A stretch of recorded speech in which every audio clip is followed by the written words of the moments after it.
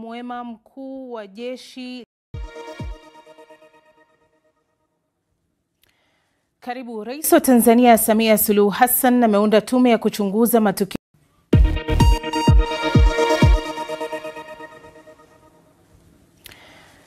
Rais wa Tanzania Samia Suluhu Hassan ameunda tume ya kuchunguza matukio ya ghasia za baada ya uchaguzi mkuu wa tarehe 29 Oktoba nchini humo.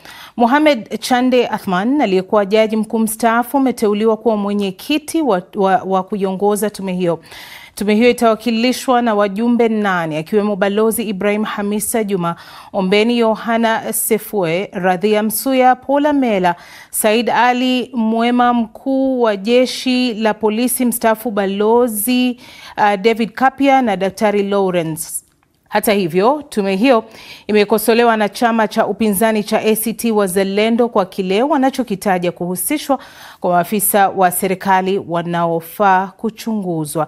Chama hicho kimesema hakitashiriki kamwe katika uchunguzi wa tume hiyo. Huku hayo yakijiri, Rais Samia ameonya kuwa matukio yaliyojitokeza nchini humo wakati wa uchaguzi mkuu huenda yakaathiri taswira ya nchi hiyo kimataifa, hasa katika masuala ya kifedha na uwezo wa serikali kupata mikopo kutoka kwa taasisi za kimataifa.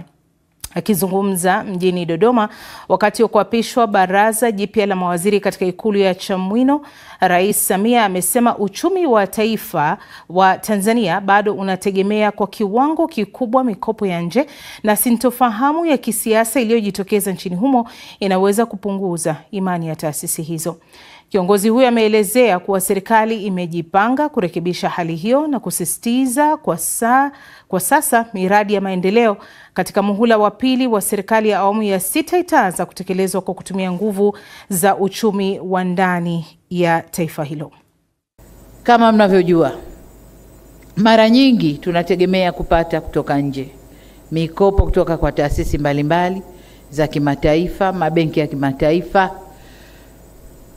Lakini yaliyotokea nchini kwetu yametutia doa kidogo.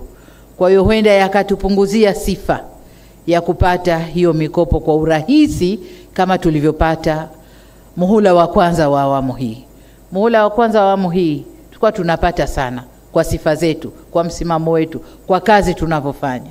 Lakini doa tulilojitia huenda likaturudisha nyuma. Kwa maana hiyo, tuna kazi ya kutafuta fedha humu ndani. Kutumia rasilimali zetu alizotupa Mungu, tutaangalia njia gani tutazitumia tupate fedha ili tukatekeleze miradi ile ambayo tunakwenda kutekeleza.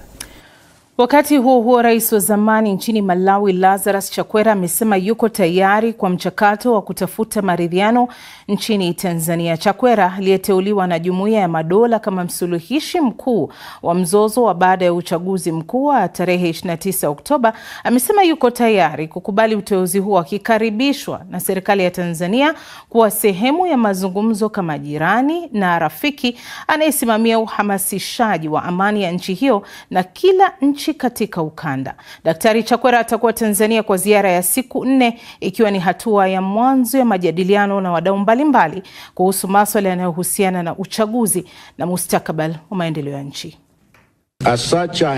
Nimemjulisha katibu mkuu wa Umoja wa Jumuiya ya Madola ya kwamba nimekubali uteuzi huu ikiwa serikali ya Tanzania itanikaribisha kama jirani na rafiki anayelenga kudumisha amani nchini humo na kila nchi katika ukanda huu. Kwa hivyo, timu ya wataalamu kutoka sekretarieti ya Jumuiya ya Madola jijini London inawasili Dar es Salaam ili kuhakikisha utayari wa serikali ya Tanzania kwa ziara yangu iliyopendekezwa kwa ajili ya mazungumzo kuhusu hali nyeti iliyojitokeza huko na namna ya kuitatua kwa amani. Kuteuliwa kwa mpatanishi mkuu Lazarus Chakwera nchini Tanzania kumeibua hisia za mchanganyiko miongoni mwa Watanzania. Hii si mara ya kwanza kwa hali kama hii ya machafuko kushuhudiwa baada ya uchaguzi mkuu. Katika uchaguzi wa mwaka 1995, Jumuiya ya Madola ilimtuma Musa Anafu kufanya maridhiano Zanzibar. Je, alifanikiwa? Florian Kaijage anatuarifu zaidi. Maridhiano baada ya maandamano na ghasia za siku ya uchaguzi wa Oktoba 29, 2025 ndio mada inayozungumziwa sana kwa sasa nchini Tanzania. Na sasa Jumuiya ya Madola imemteua aliyekuwa rais wa Malawi Lazarus Chakwera kuongoza maridhiano hayo. Maridhiano hayo yamezungumzwa na watu wa makundi mbalimbali wakiwemo wanasiasa, taasisi za kiraia na madhehebu tofauti ya dini. Lakini hadi sasa kuna tofauti ya kimitazamo.